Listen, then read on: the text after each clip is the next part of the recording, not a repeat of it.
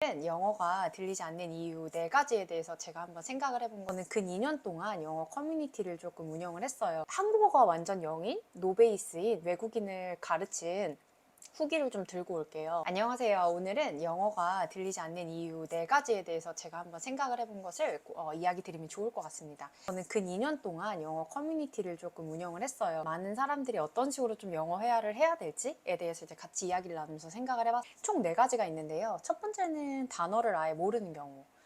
단어의 발음 자체를 모르는 경우. 그다음에 두 번째는 발음 자체를 잘못 알고 있는 경우가 있고요. 그다음에 세 번째 같은 경우는 그 문장 해석을 못 하는데 그 뇌에서 그 영어를 처리하지를 못해요. 예를 들어서 어떤 문장을 이렇게 처리를 해야 되는데 그 뇌가 이거를 따라올 실력이 안 되니까 영어 소리는 계속 먼저 가고 그다음 이 뇌는 뒤에서 천천히 해석하게 되니까 앞길에 계속 이렇게 쌓여있죠. 마지막은 소리 자체 익숙하지 않아서 그런 부분도 있습니다. 그러면 각각의 일단 문제를 봤을 때 단어를 모르는 경우는 그 단어를 배우면 되고 그다음에 발음을 잘못 알고 있는 경우는 발음 기호를 통해서 그거를 하면 됩니다.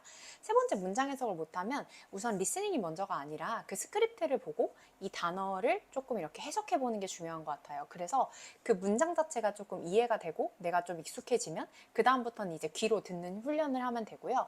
그 다음에 뇌가 처리를 속도하지 못한다는 건 내 호흡 길이가 되게 짧다는 거예요. 그 컴퓨터에 한번 비교를 해볼게요. 컴퓨터에 CPU 자체를 우리 뇌라고 생각을 하고 어떤 기억 장치가 있다라고 생각을 해볼게요. 뭐 램이라든지 아니면.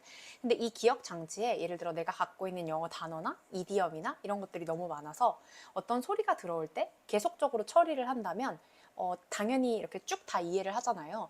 근데 이 처리하는 게 너무 느리고 이 해석 자체도 너무 느리다 보니까 자꾸 렉이라는 게 걸리게 돼요.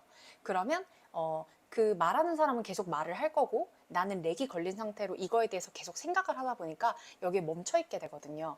그러다 보니까 뇌 안에서 만약에 이런 표현들, 단어, 이디엄 아니면 뭐 영어 표현들 이런 것들을 많이 가지고 있으면 어떤 순간에서는 굳이 해석하지 않고 그냥 확 하고 넘어가는 것들이 많잖아요.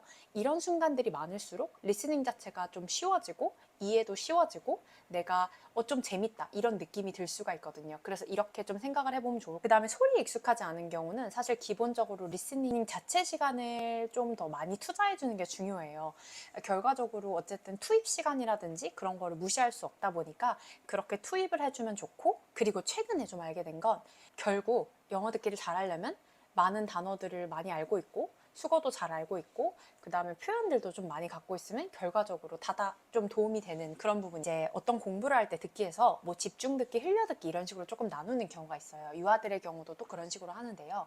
집중 듣기는 이거를 집중해서 내가 듣는 거에 지금 내 뇌랑 그 다음에 지금 듣고 있는 거랑 완전히 일시시켜서 몰입시키는 어떤 듣기 형태고요. 흘려듣기는 내가 뭐 길을 걸으면서 아니면 뭐 설거지를 하면서 뭔가를 할 수 있을 때 그냥 이렇게 배경음악처럼 틀어놓는 거를 좀 말을 해요.